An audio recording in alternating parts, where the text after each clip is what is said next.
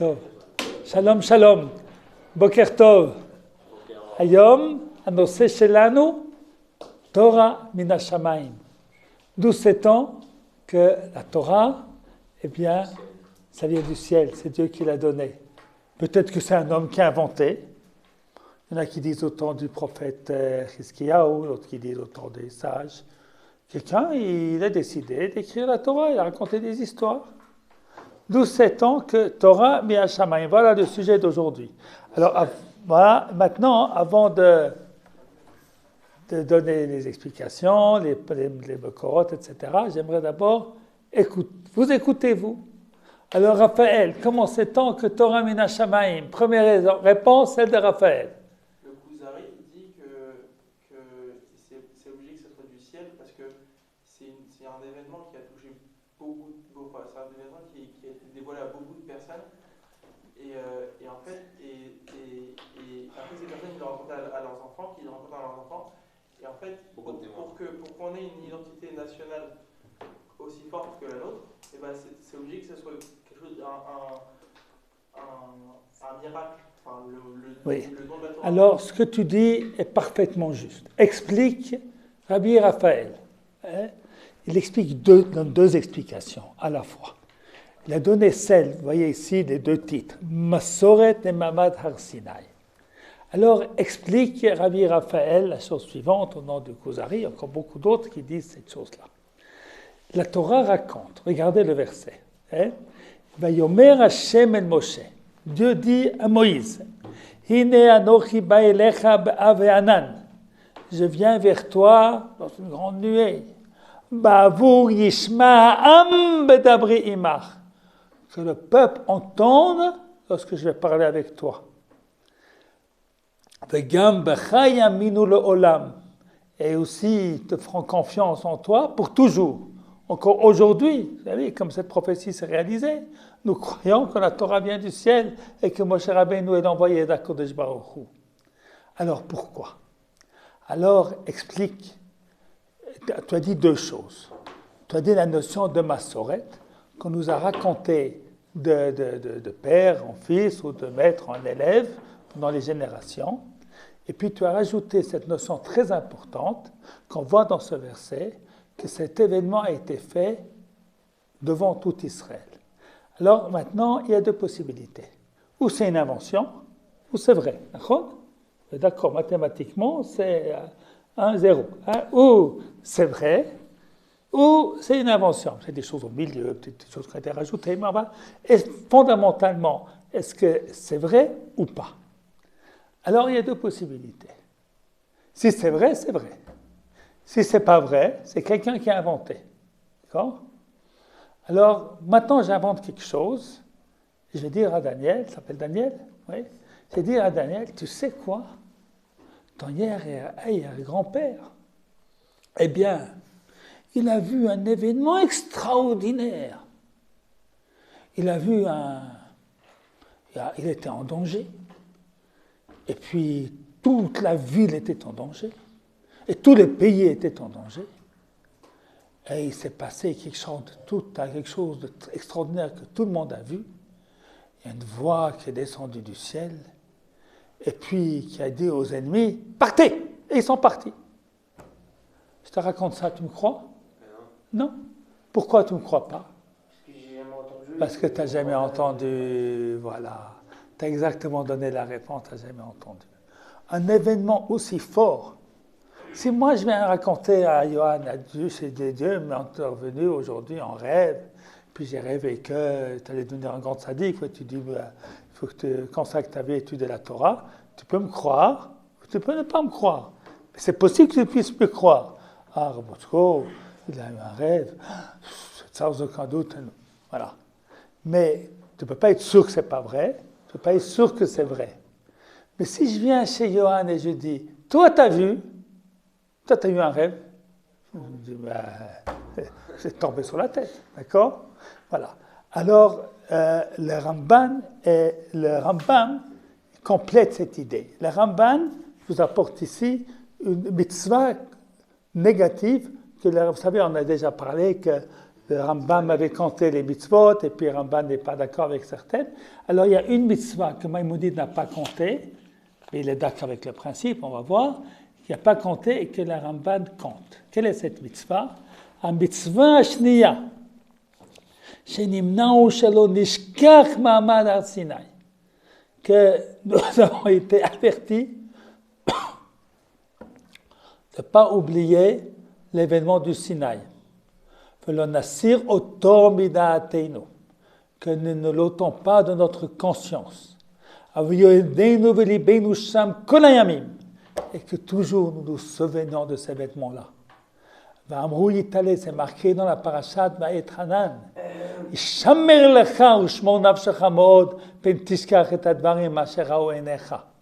Fais très attention de ne pas oublier les événements que tes yeux ont vus. Qui ne s'écarte pas de ton cœur, de ta vie, de ton cœur tous les jours de ta vie. Tu raconteras à ton fils, à ton petit-fils. C'est ce que nous a dit Raphaël tout à l'heure. Le jour où tu as été devant Dieu à Chorev. D'accord.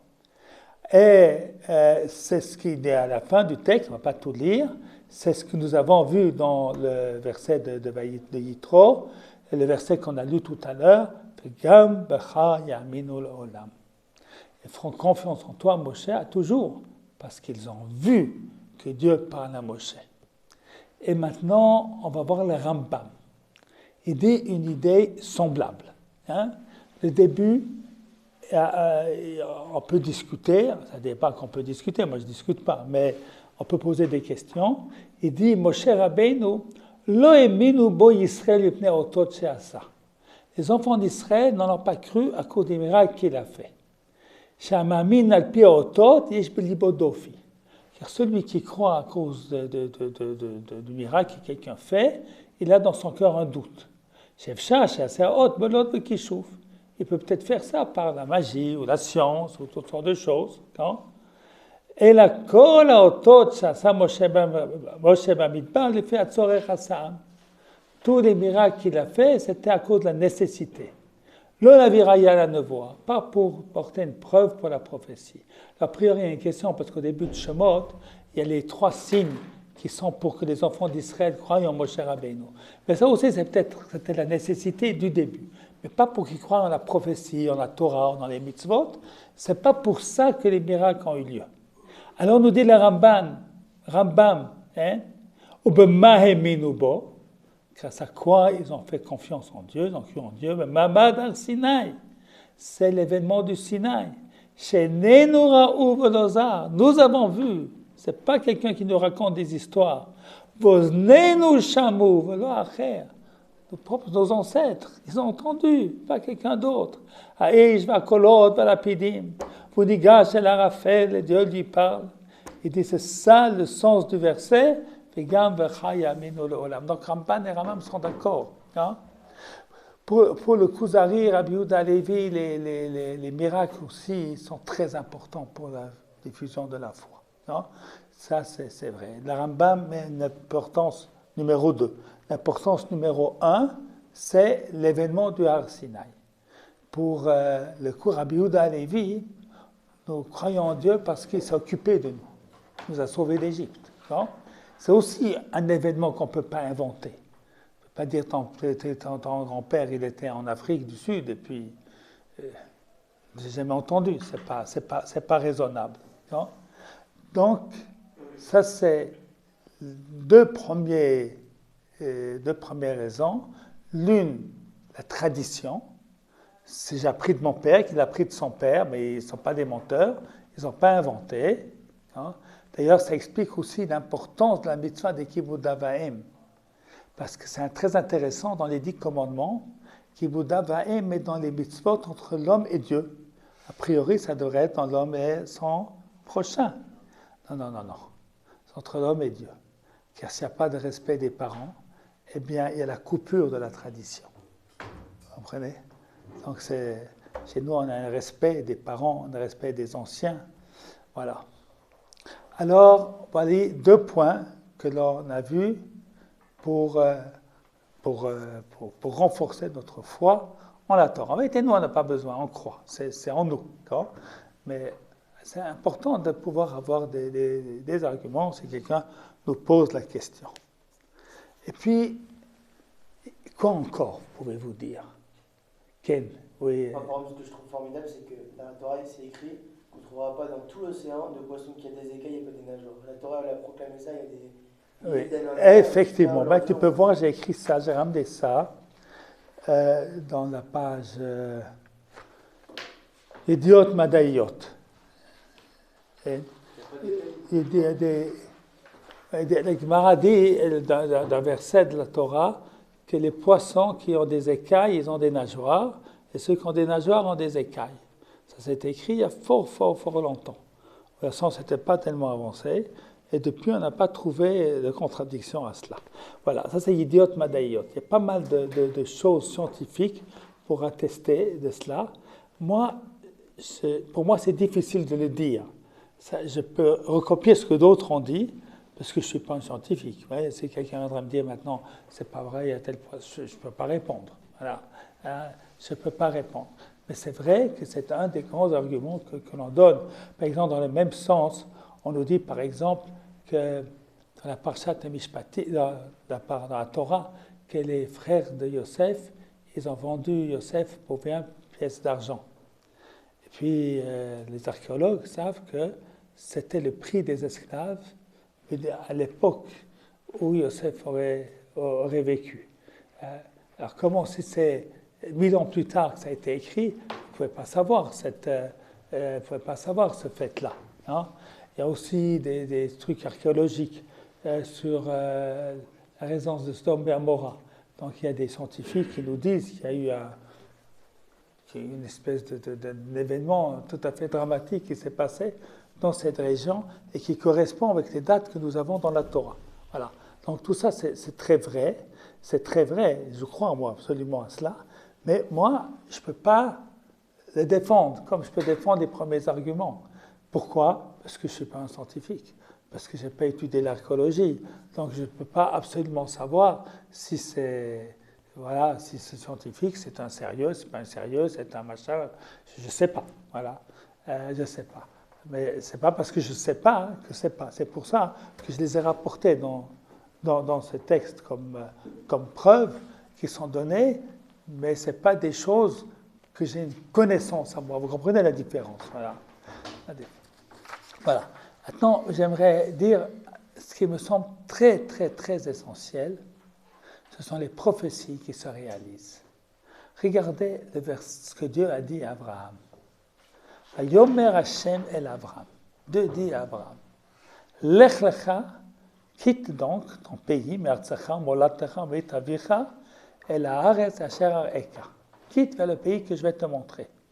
Mais Ezra le Goy Gadol, je ferai de toi une grande nation, Bamarechecha, je vais te bénir, Vagad la Shemecha, tu seras célèbre, Veyebracha, tu seras une bénédiction pour toutes les nations.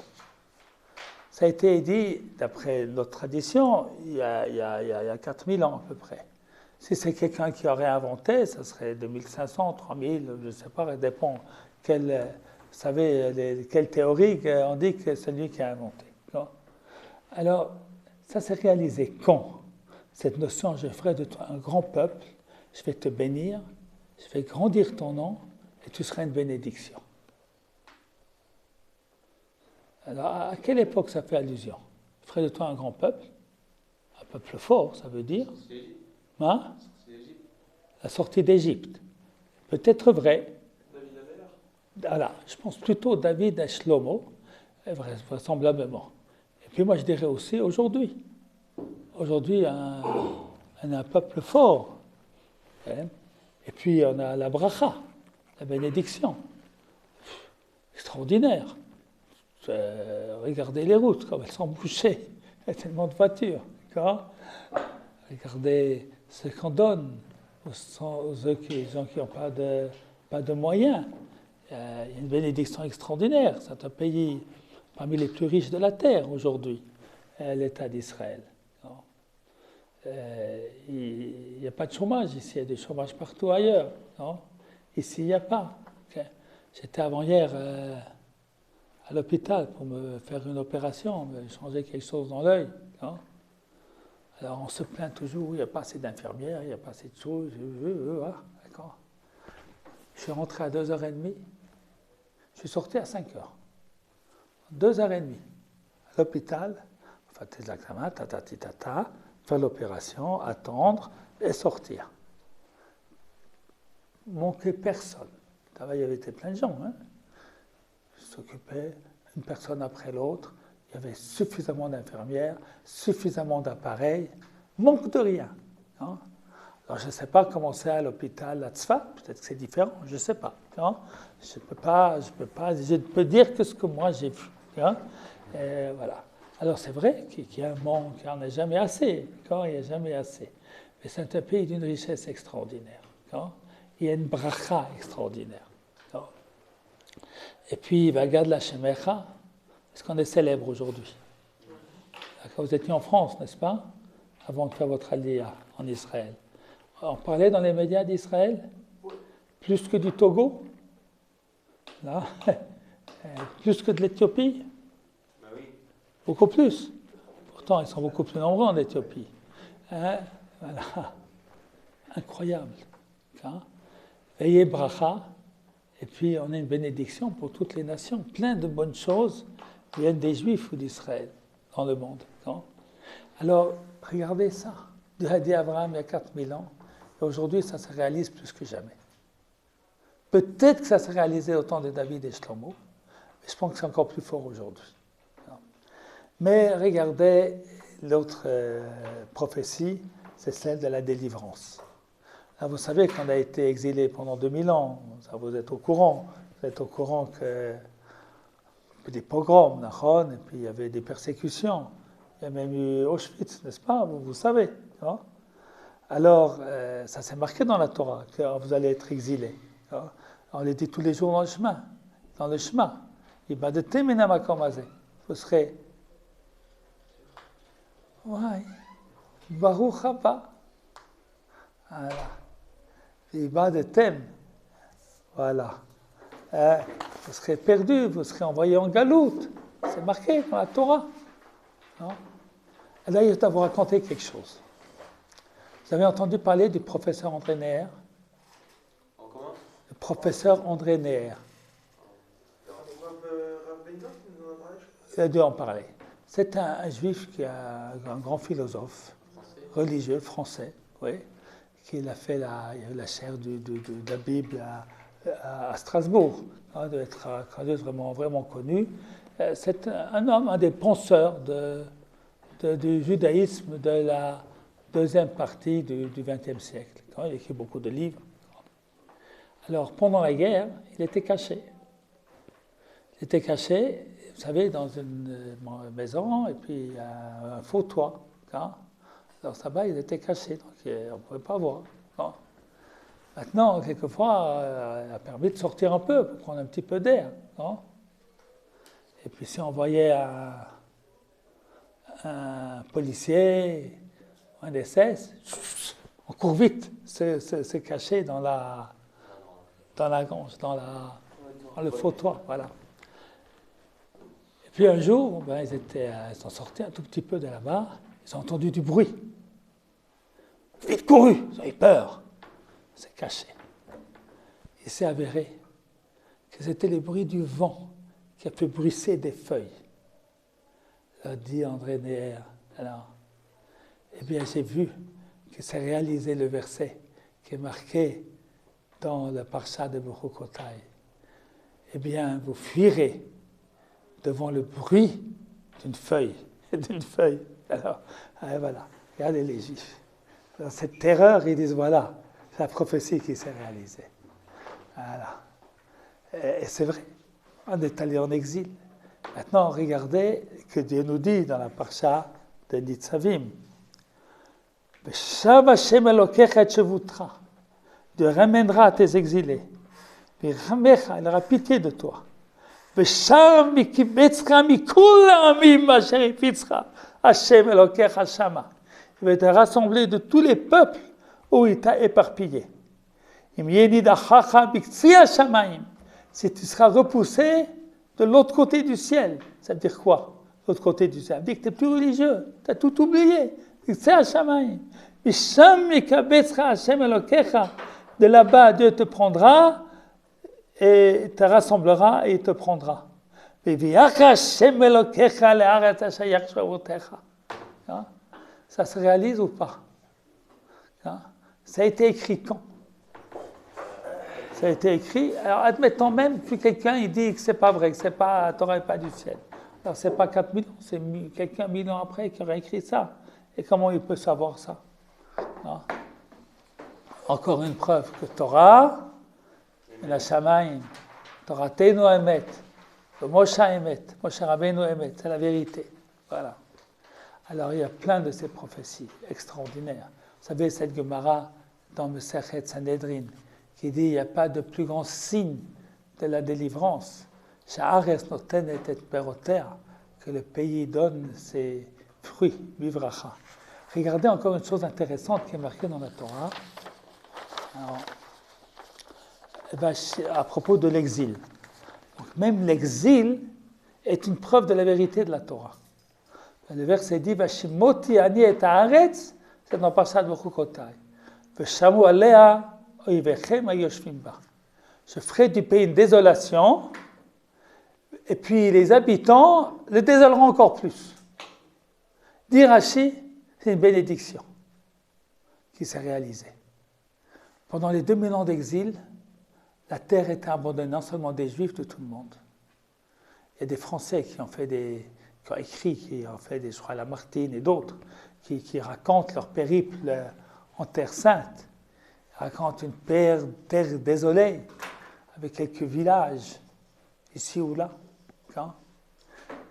Et donc, dans cette malédiction, il y a une bénédiction, nous dit Rashi, qui s'est réalisée. Regardez aussi ce que Dieu nous dit dans la paracha de Vayelech. Alors,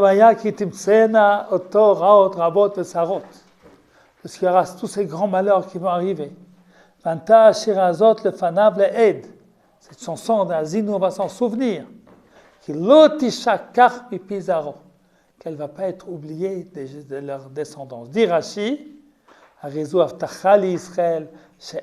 Torah ne va pas être oubliée. Ça s'est réalisé ou pas? Qu'est-ce qu'on fait aujourd'hui? Étudier la Torah, non? Les Juifs partout dans le monde étudient la Torah. Il y a des écoles qui sont consacrées moitié du temps, 100% du temps, 20% du temps pour étudier la Torah. Même la Bible des catholiques. C'était à l'école en France. On étudie ça tous les jours, c'est au programme. Les évangiles? Non? Pas en France. D'accord? Pas en France. Moi, j'étais en Suisse. Non plus. Il y avait 1 heure de religion facultative par semaine. Voilà. Facultative. Non? Voilà. Le peuple qui a gardé l'étude de la Torah comme quelque chose, un livre, il avait autant de Mao Tse-tung, il avait un livre rouge, non? Que tout le monde était obligé d'étudier. Les pensées de Mao Tse-tung. D'accord? Qui c'est qui étudie ça aujourd'hui? Hein? Mao Tse-tung? Non. Vous ne savez même pas. Parce que moi j'étais jeune, c'était important. Mao, c'était quoi? En Chine. Voilà, en Chine, oui. En Chine, et puis le monde entier, il y a les pensées de Mao, on voulait faire la même chose. C'est tombé, c'est disparu, ça ne l'est plus. Regardez ce qu'écrit Mark Twain. Vous avez entendu parler de Mark Twain? Oui, bien sûr, vous avez été à l'école, vous, alors vous savez. Voilà. Alors Mark Twain, il écrit la chose suivante. Voilà. Amitzrim, Abablim Vaparsim, Kamu, Milou et Adama, Kolod Rabim, Ubadar, Ubetiferet. Donc les Égyptiens, les Babyloniens, les Perses sont levés, ont pli la terre Kolod Rabim, d'une force très forte, au Badar ou Betiferet, de gloire extraordinaire. La Charmikein Navlu. Et après, ils se sont fanés. Ils sont devenus quelque chose du monde de l'imaginaire. Et ils ont été oubliés. Après eux sont venus les Grecs et les Romains. Et qui ils ont fait monter quelque chose d'une puissance extraordinaire. Eux aussi, ils ont disparu.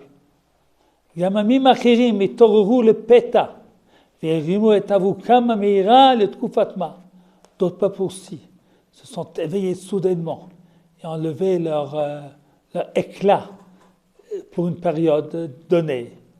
Ça s'est rapidement éteint.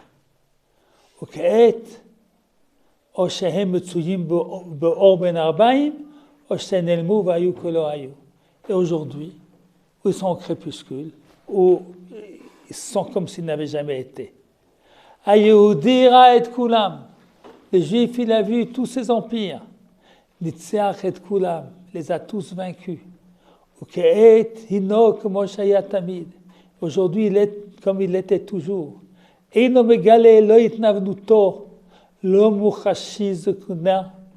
ne trouve pas qu'il fane, on ne trouve pas qu'il vieillit.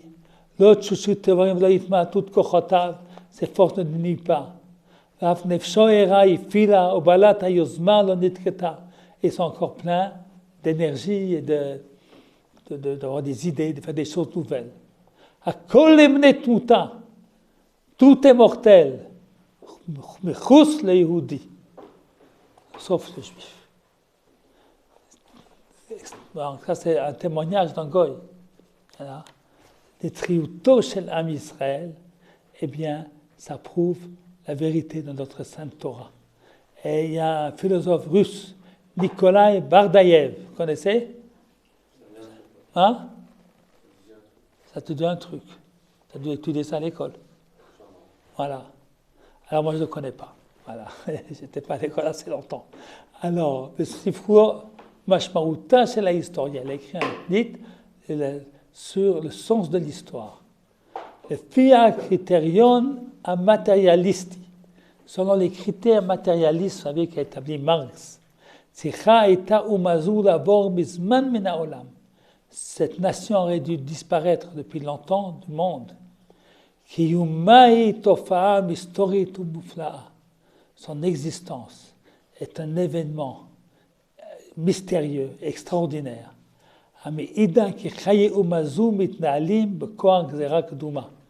Qui prouve que la vie de cette nation dépend d'un décret ancien. Et voilà. Hein? Non, bien sûr que non. Un goy. Non? Les mystères d'Israël. Non? Alors, bon, et puis eux, ils ont dit ça avant la goula extraordinaire que nous vivons aujourd'hui. Manomar, Manedaber, aujourd'hui. D'accord?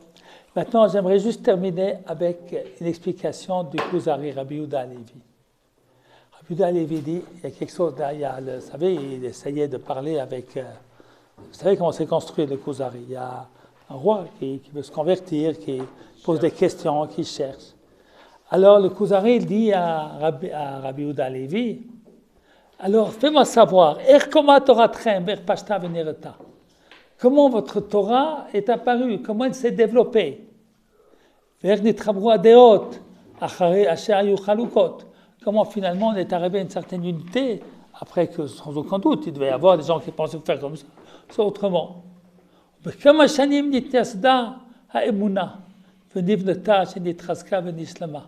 Combien de temps, eh bien, ça a pris pour que la foi juive se soit bien organisée? Alors le Chaver lui répond, ce que tu décris, c'est les religions humaines, le christianisme, un développement. Mais le judaïsme, Dieu a dit, et cela fut. En un instant, la Torah a été donnée. D'accord. Avant, il n'y avait pas, et après, il y avait. Hein? Ça, c'est... En ce sens-là, cette pitomiyut est quelque chose de divin. Et ça, c'est voilà. Alors, Torah min hashamayim, Moshe Emet, Torato Emet. Alors, Kita, Mispar, 13, allez voir les